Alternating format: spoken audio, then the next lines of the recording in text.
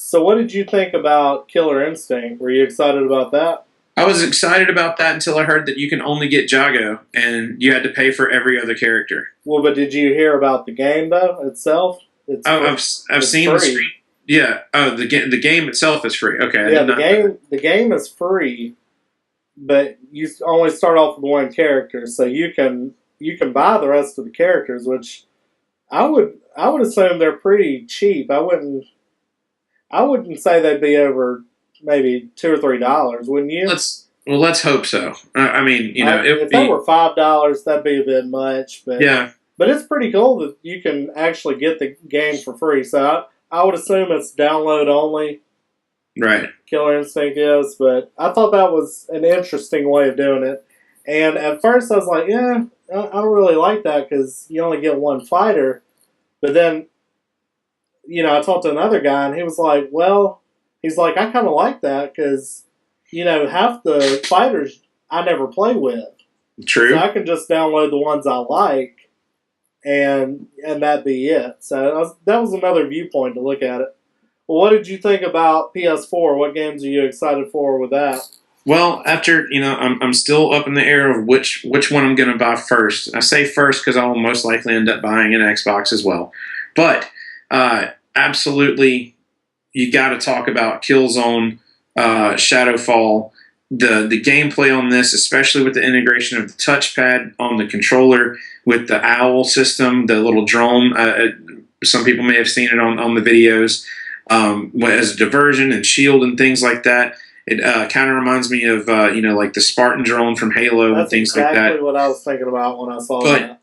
it seems like it's endless possibilities, and something that everybody's been talking about is the color palette. Yeah, Killzone has always been notorious for being this really drab kind of post-apocalyptic thing, and now it's getting away from that. And I think that I think the storyline's going to go really deep too, as far as a really Cold War esque storyline. I'm really interested to see where it goes with that huge game. But I think that one's going to be really good. Even though I haven't seen much of it except for the teaser trailer, even though it was running in engine, I'm really interested to see what's going on with this game called The Order 1886. That game, it seems like really steampunk-ish with the supernatural feel to it. Looks wonderful. It looks like a really awesome game. I just don't know anything about it. Is the only thing. I know the developers that are backing it are incredible, but I want to see more from that game for sure. Especially seeing as how they're pushing that as a launch title. That could be a huge step there. As far as the third parties, I was actually no, going back. Got to talk about Final Fantasy 15. It looks like now they're even kind of pushing towards more of an action adventure RPG where there's a lot more to do than just run around and then the glass breaks and now you're in a fight scene. So I think that's going to be huge for them. Final Fantasy always does well. But then, talking about the other, we'll talk about the third parties later. But that's the thing is who's going to win the launch title battle. I think that's got a lot to do with who's also going to come out on top this holiday. Yeah, I don't know how many of the PS4 games are actually going to be launch titles. I know that Rise is going to be a launch title for Microsoft, and Titanfall doesn't come out until next year. Killer Instinct's going to be a launch title for Microsoft. I don't know about Quantum Break. That looked really cool for Microsoft. Right. Is The Order, is it a launch title? From what I've seen online, that's what they're saying. Now, the other one that we were talking about is if you do, I don't know if you've seen a lot of this, is both companies are doing day one packages. So Microsoft has their own day one package, PS4 has their own day one package, and if you have PlayStation Plus, when you start up, Drive Club is free to download, but I think you have to pay for a subscription or something like that. And Drive Club looks really cool. It kind of reminds me of Project Gotham Racing, which was one of my favorite racing games back on the original Xbox.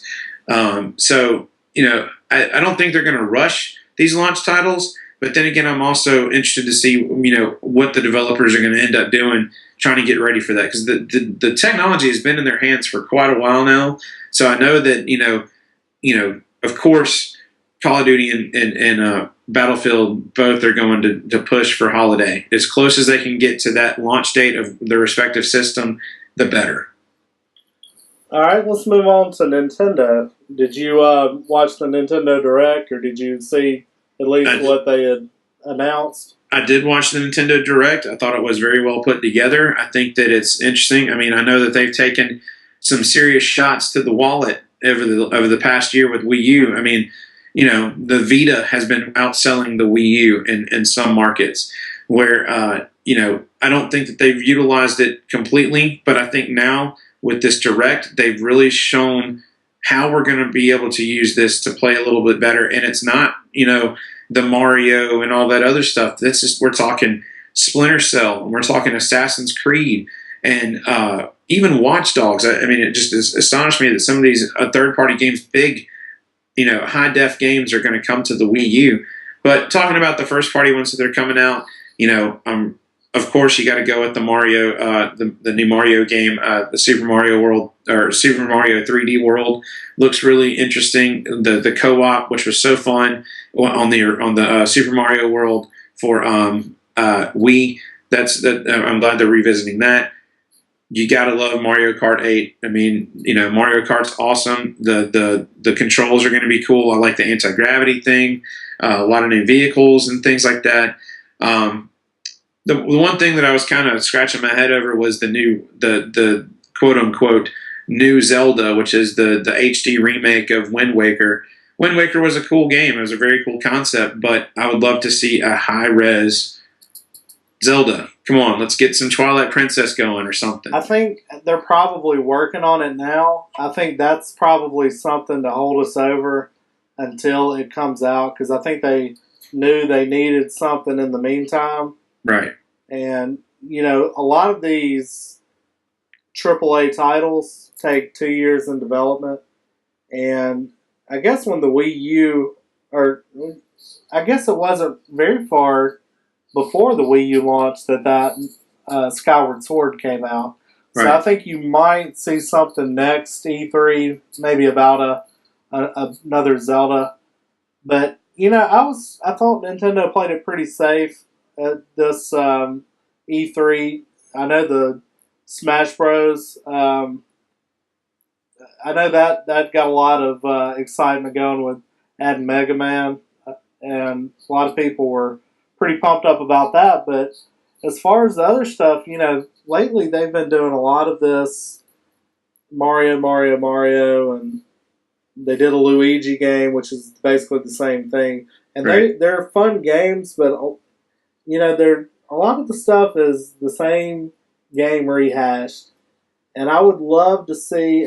They also did another Donkey Kong Land. So we'll see. We'll see what comes from all that. I did like the sequel to A Link to the Past, Zelda for the 3DS. That's going to be that'll be good. But I'd like to see. Of course, I'm kind of biased, but I'd really like to see a new Metroid.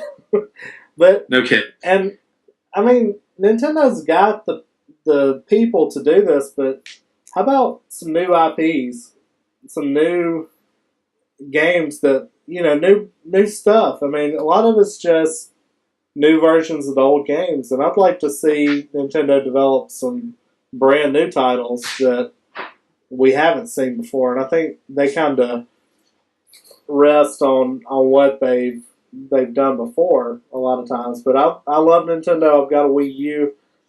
I haven't got a lot of games for the Wii U right now because there's just not a whole lot out there that right. I want to play. But hopefully that'll change here in the next year. Let's go to the third-party titles that are going to go to both systems. Yes.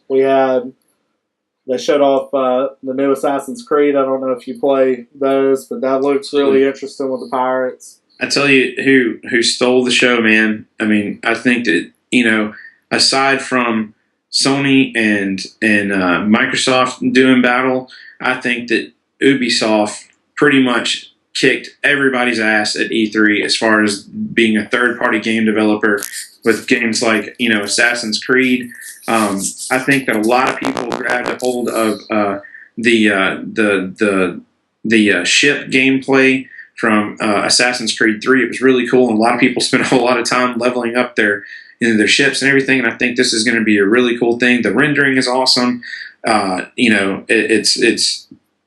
It's going to be fun. Being able to board ships and stuff like that. But I just hope they don't fall on their face like they did with 3. I know I got 3 last year, and I expected to, right from the get-go, play the badass Indian. And, right. We had to go 3 or 4 levels before, we were able to actually play as them.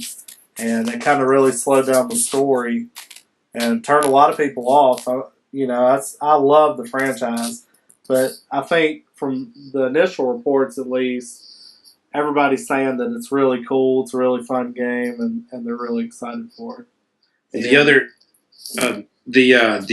Ubisoft title that I've been waiting for ever since the next gens have come out, or they've announced them, Watch Dogs. I'm pretty sure I'm going to lose myself in that game as far as all the different ways to play that game.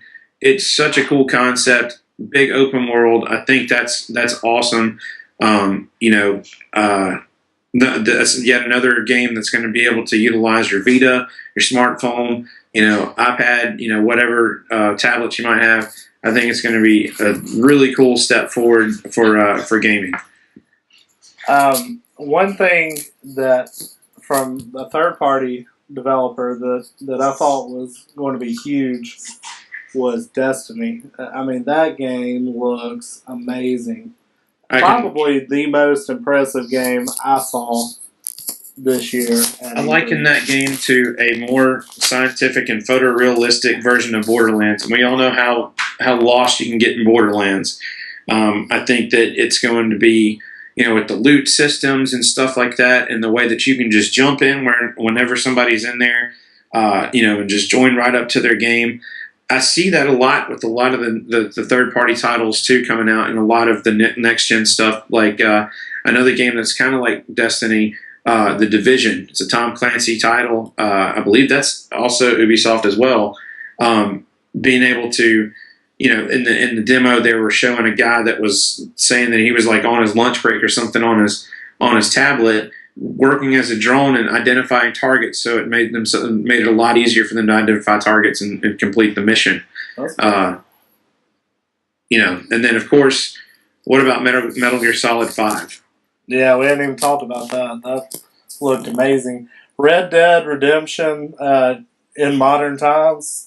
Pretty much. It just looked amazing. I think they're taking a page out of the Far Cry book as well as making it just massive open world, and I'm interested to see how they're going to do missions and things like that, because it looks like you can just do whatever you want and have little to no consequence of what you're doing. All right, let's end this on who did you, in your opinion, feel won the battle of E3 out of the 3 companies? Out of the big 3, who won it? I hate to do this to my buddies over at Microsoft, but Sony really drove it home. They attacked. I mean, the thing is, they attacked what Microsoft's shortcomings were, and they have the third-party support and they have the first-party support of some really awesome games. I think the big tale for them is going to be what's available at launch. I don't think it's going to be just this huge thing to have to buy the PlayStation Eye toy, but I know that the controller is going to use a lot of that with the light sensor that's on it. But as far as the controller setup is going with the touchpad, I'm very impressed with that. The hardware that's involved in it, it's a much better setup system for that as far as the outputs. You're not pigeonholed to an HDMI output like you are with the Xbox One, but you can also do analog and things like that. But I think a lot of them, and not to mention, it's $100 cheaper. I mean, we hadn't even really talked about that much, but they won the price battle, and ultimately, price battle is one of the biggest battles you can win. And the fact is you got the beef with the cheaper price. Of course, you're going to win. I will say this: Microsoft, they got time to change some things, and it's not that much different than PlayStation. Look, put in a freaking patch to where you don't have to be online all the time, and everybody's happy. And you could probably end up winning that battle with I tell you what's going to save them, and it's probably going to keep them out of hot water of having to shut this whole thing down, is they've got massive, massive first-party titles that everybody loves. With Forza, that's going to be a launch title. Rise, Titanfall that comes out later in the year, early to 2014. Halo comes out next year. I mean, a plethora of games that are going to be first-party titles, not to mention you still get Metal Gear Solid 5, Elder Scrolls, Destiny, Battlefield, all that stuff. So there's still time for Microsoft to correct their shortcomings, but all in all, right now, if somebody told me I had the option to pre-order today, which you can, I would probably order a PS4. Yeah, I think their conference they exuded more confidence. They told the consumers what they wanted to hear. I think PS4 definitely was the big winner. I really think Microsoft needs to get a figurehead of some sort other than that Don Matrick or Dan Matrick, whatever his name is. Guy said, hey, you're too poor. Get an Xbox 360. Well, the goober that they always pull out right at the beginning, it's just so goofy. All of Sony's people are really cool. They convey the message, and I think that's one of the things Microsoft is missing from when they had Peter Moore, the guy that's now at EA. He's just such a good figurehead, and he conveys what the company wants to say a lot better than this other guy does. And a lot of times he just comes out a lot of Microsoft's conferences and just kind of puts a damper on things from the get-go. And I think that's kind of what shot Microsoft in the foot is their conference. They played it real safe. They just kind of, went to games, but didn't really get you excited for the system itself. And I think they could have added a lot more excitement by actually saying they're not going to require you to be online to play. But like you said, hopefully we'll see, a change in the next couple months leading up to the game. To the system's launch. But like you said, if I had to choose only one today, I probably would choose the PS4. But, when it comes down to it, I'm probably going to end up having to get them both just for the exclusive titles. No question about it. I mean, if anything, I know it's just a teaser, but good God, that Halo trailer was insane. Right. I think that a lot of the diehard gamers, that's probably what they're going to end up doing, especially now with, it's not like the old console war where everybody's standing out in line waiting for them and things like that. You can get these things on Amazon. Amazon's already getting pre-orders and things like that. So I don't think it's going to be this gigantic rush for it, especially depending on the launch titles, considering that's one thing that I wish that they would be able to do is backwards compatibility. But I understand it's outdated hardware or it's outdated software for this new gen. So, oh well, victor goes to spools. Not to mention, of course, they're going to go with digital content to download with the digital marketplaces and stuff like that. So that was one thing we didn't get a chance to talk about was Xbox Live now offering 2 free games a month, even now with Xbox 360. Yeah, and I want to say you can download Fable 3 right now, and there might be 1 or 2 other choices right now that you can download. And I think that's up until the new consoles launch, and I don't really know what's going to happen after that. So we'll have to keep an eye on that. But that is a good thing that they're offering free games. But anyways, man, it's been fun. I think, Absolutely. I think we'll do this again sometime. Absolutely. Thanks for having me, man. It was a lot of fun. So we'll keep this watch all the way up till Black Friday. I'm sure that they'll be out before then, and then we can talk about our Black Friday finds. Right. All right, man. We'll take it easy. See you, man. All right, later.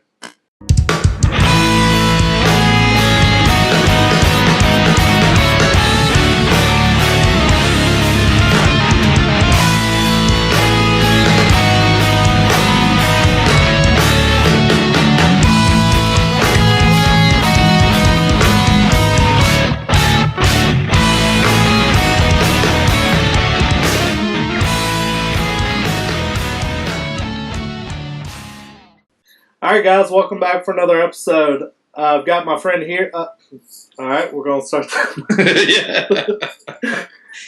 Dude, you don't know how many times I have to start over, like when I'm recording the video. I'm assuming so. I'm assuming there's a lot of fucks my God. shits thrown around. I had to.